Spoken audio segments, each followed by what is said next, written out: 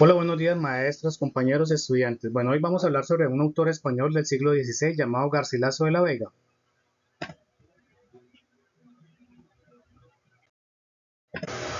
El objetivo general de esta actividad es reconocer cuáles fueron los aportes de Garcilaso de la Vega a la poesía renacentista española. Para dar inicio a esta actividad vamos a desarrollar una evaluación de presaberes en Kahoot.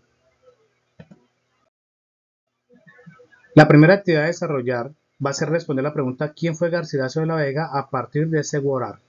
En esta imagen podrán encontrar palabras claves para responder la pregunta. Bueno, Garcilaso de la Vega nace entre 1501 y 1503 en Toledo, España.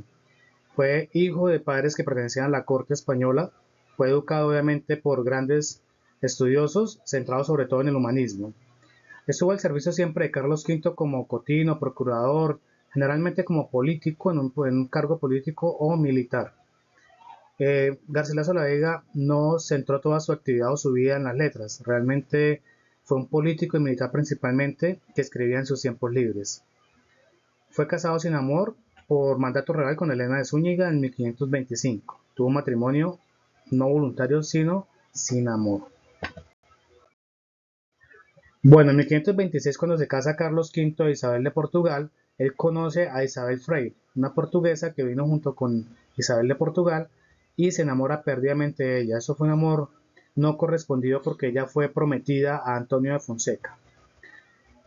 Garcilaso es desterrado de España porque apoyó un matrimonio de un sobrino de él, del cual no estaba de acuerdo el rey. Entonces fue desterrado a una isla, pero por movimientos políticos o por influencias políticas logra llegar a Nápoles, Italia, donde pasa su destierro, pero también donde aprende o aprovecha para aprender sobre la cultura clásica griega, aprende a escribir en latín y aprende sobre todo lo que son el Renacimiento italiano, todas las características del Renacimiento italiano, donde se impregna en Nápoles de estas características. En 1536 renuncia a su cargo como alcaide en Reggio Italia y se une a Carlos V en su guerra contra los franceses. Durante un enfrentamiento recibe un golpe en la cabeza con una piedra y producto de ese golpe muere el 13 o 14 de octubre de ese mismo año, aproximadamente con 36 años de edad. Las obras escritas por Garcilaso principalmente están escritas en heptasílabos y en decasílabos, y la mayoría de ellas son sonetos. Las obras iniciales con las que él empezó a escribir antes de ser exiliado a Italia fueron coplas o textos escritos en octasílabos, que es la métrica básica del medioevo español. De la segunda actividad, ¿cuál va a ser? Como estamos hablando de textos que hoy en día poco se conocen, vamos a desarrollar una infografía en Canva donde vamos a explicar qué es un soneto, una égloga, una elegía y una epístola. También pueden agregar 3 palabras más del Gorat que quieran de pronto explicar o dar a conocer en esta infografía. Bueno, entonces vamos a hacer un paralelo sobre lo que fue la poesía medieval española y la poesía renacentista española. Listo, de esta manera vamos a saber qué fue lo que aportó Garcilaso de la Vega a la poesía española. Bueno, entonces la poesía medieval española estaba centrada primero que todo en temáticas religiosas y en Dios. Era trovadoresca y provenzal, estaba diseñada para ser cantada o recitada frente a las personas en las provincias. Era de tipo cancioneril, de corte burlesco, moralizante. La temática amorosa sobre todo hablaba sobre el amor cortés, aquel amor que servía a Dios, que estaba bajo la estructura religiosa. También obviamente hubo textos épicos que hablaban sobre las aventuras de los caballeros que también encarnaban todos esos valores religiosos. La métrica de la poesía española medieval era el octasílabo. Eran versos de 8 sílabas que obviamente rimaban.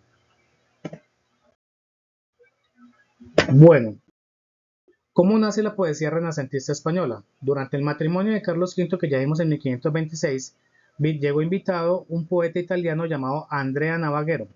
Este poeta italiano invita a Juan Boscán, quien era muy amigo de Garcilaso, para que escriban según los moldes de la poesía italiana, según los versos y las temáticas de la poesía italiana. Boscán acepta y obviamente Garcilaso se ve involucrado en esta invitación, se ve influenciado en este reto, en esta invitación, y empiezan a escribir o a insertar estos moldes italianos en la poesía española. Quien mejor logra hacerlo es Garcilaso de la Vega. Por eso, a partir de este momento, Garcilaso empieza a ser identificado como el padre del renacimiento de la poesía española.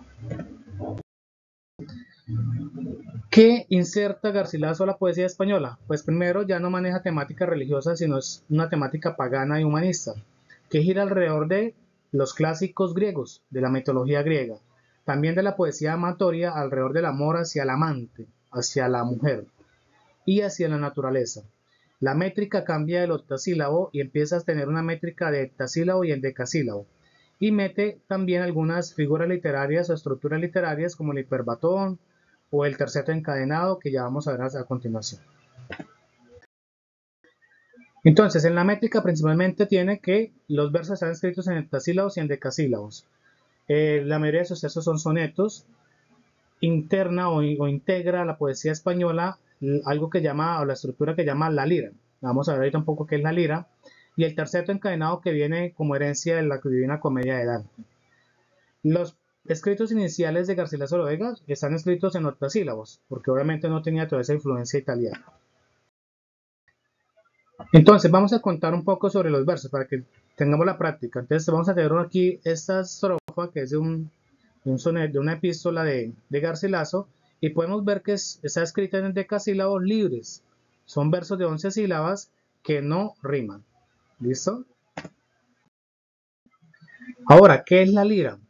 La lira en este caso es una estructura poética donde el primer verso tiene 7 sílabas, el segundo 11 sílabas, el tercero y cuarto 7 y el quinto tiene 11 sílabas.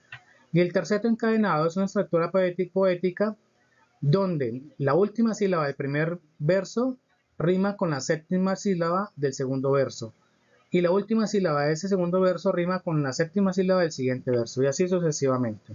Se llama el terceto encadenado. ¿Qué es el hiperbatón? Es una forma de ordenar las palabras para reforzar una idea o un sentimiento dentro del poema. Por ejemplo, él dice acá, Salicio juntamente y nemoroso, podría haber escrito Silicio, Salicio y nemoroso juntamente, pero él no, él organiza las palabras para que juntamente y queden seguidas, y esto refuerza la idea de unión, al punto de decir que los dos se funden como si fueran uno solo. Lo mismo hace con la palabra escuchando acá, que la pone de última, y entonces en este orden hace que sea como más placentero ese sentimiento de escuchar.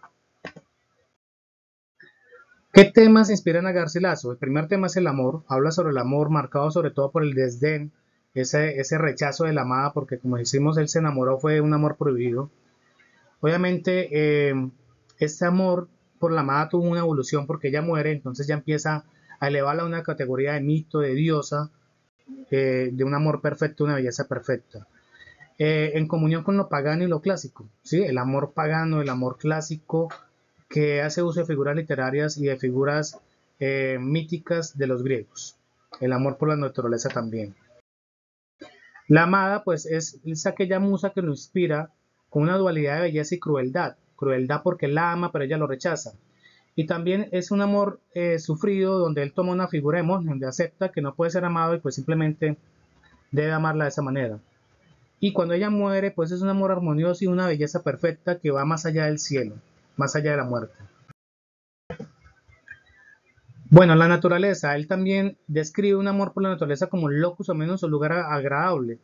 Y en sus poemas describe la naturaleza como un lugar armonioso, un lugar perfecto, y la describe de manera muy particular, olores, sabores, luz, todo eso que le recuerda a él la naturaleza perfecta.